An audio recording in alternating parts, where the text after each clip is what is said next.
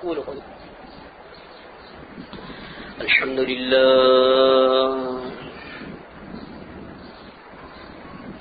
سبحان الله وبحمده سبحان الله العظيم سبحان الله وبحمده عدد خلقه ورضا نفسه وزنة عرشه ومداد كلماته إن الحمد لله نحمده ونستعينه ونستغفره ونعوذ بالله من شرور أنفسنا ومن سيئات أعمالنا من يهده الله فلا مضل له ومن يضلله فلا هادي له وأشهد أن لا إله إلا الله وحده لا شريك له وأشهد أن محمدا عبده ورسوله أما بعد اللهم صل على محمد النبي وأزواجه أمهات المؤمنين وذريته وأهل بيته كما صليت على إبراهيم إنك حميد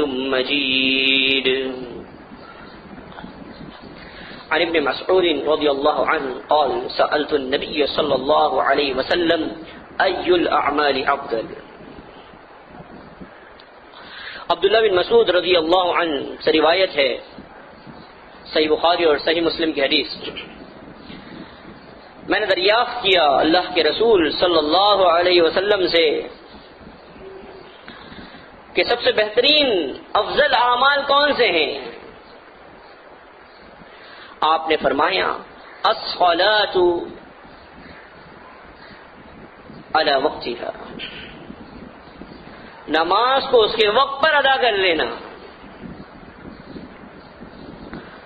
قلت ثم ایون، میں نے پوچھا اللہ کے نبی صلی اللہ علیہ وسلم اس کے بعد کیا ہے؟ آپ نے فرمایا بر الوالدین، والدین کے ساتھ احسان کرنا، نیکی کرنا. قلت ثم ایون، میں نے پوچھا اللہ کے نبی صلی اللہ علیہ وسلم پھر کیا ہے؟ آپ نے فرمایا الجہاد فی سبیل اللہ، اللہ کے راستے میں جہاد کرنا.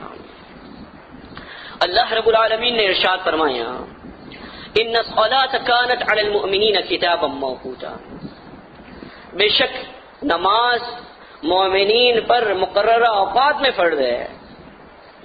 اللہ کے بندوں، اسلام لانے کے بعد اگر ہم یہ چاہتے ہیں کہ ہماری موت اسلام پر آئے، اگر ہم یہ چاہتے ہیں کہ ہم مسلم مریں، اور یقیناً ہم سب کی خواہش ہے، سب سے پہلی بات یہ ہے کہ ہم نمازوں کی محافظت کریں، نمازوں کو ضائع نہ کریں. نمازوں کو ضائع کرنا یہ ہے کہ نمازوں کو ان کے اوقات پر ادا نہ کرنا. نمازوں کو ضائع کرنا یہ ہے کہ نماز پڑھنے کے باوجود نماز نہ پڑھنا، غفلت کی نماز پڑھنا، لاشعوری کی نماز پڑھنا، ایسی نماز کہ جب رب کے پاس بندہ حاضر ہو اور رب یہ کہے کہ تو نے نماز نہیں پڑھی. ایسی نماز کا کیا فائدہ؟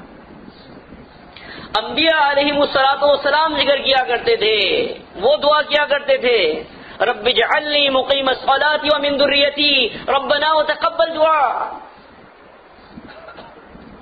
اے اللہ مجھے نماز کا قائم کرنے والا بنا دے، اے اللہ میری اولاد کو بھی نماز کا قائم کرنے والا بنا دے، اور اے اللہ اپنی بارگاہ میں اس دعا کو شرف قبولیت بخش دینا.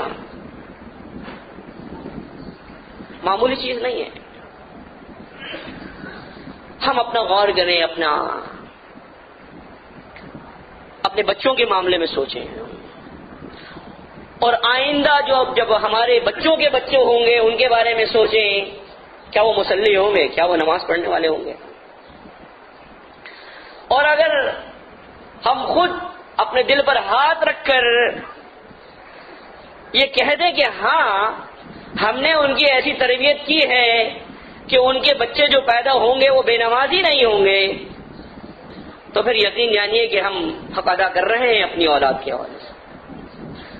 افسوس ہوتا ہے یہ بات، اس بات پر کہ والدین اپنے بچوں کو ساتھ رکھنا عار محسوس کرتے ہیں. پھر ایک موقع وہ آتا ہے کہ جب بچے ان کے ساتھ رہنا عار محسوس کرتے ہیں. یہ سب کیا ہے؟ 7 سال کی عمر ہے، آپ کو تربیت کرنی ہے اس کی، اور اس کو صلاۃ سمجھانی ہے، بتانی ہے کہ نماز پڑھتے ہیں بیٹا اس طرح سے۔ جب آپ 7 سال کی عمر میں اس کی تربیت نہیں کریں گے، 10 سال میں وہ کیسے نماز پڑھے گا؟ بڑا ہو کے وہ کیسے نماز پڑھے گا؟ اللہ کے بندو، مسلمین کے لیے یہ بہت لمحہ فکریہ ہے۔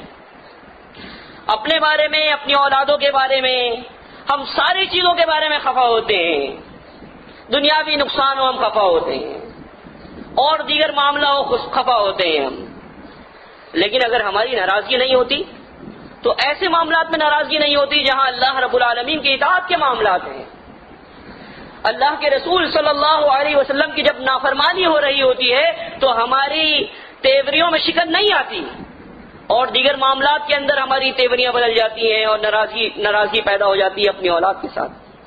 اگر ہمارا یہ برتاؤ ہوگا، اگر ہمارا یہ رویہ ہوگا، تو کیا ہم یہ سوچ سکتے ہیں کہ ہماری آئندہ آنے والی جو نسلیں ہیں وہ نماز پڑھنے والی ہوں گی؟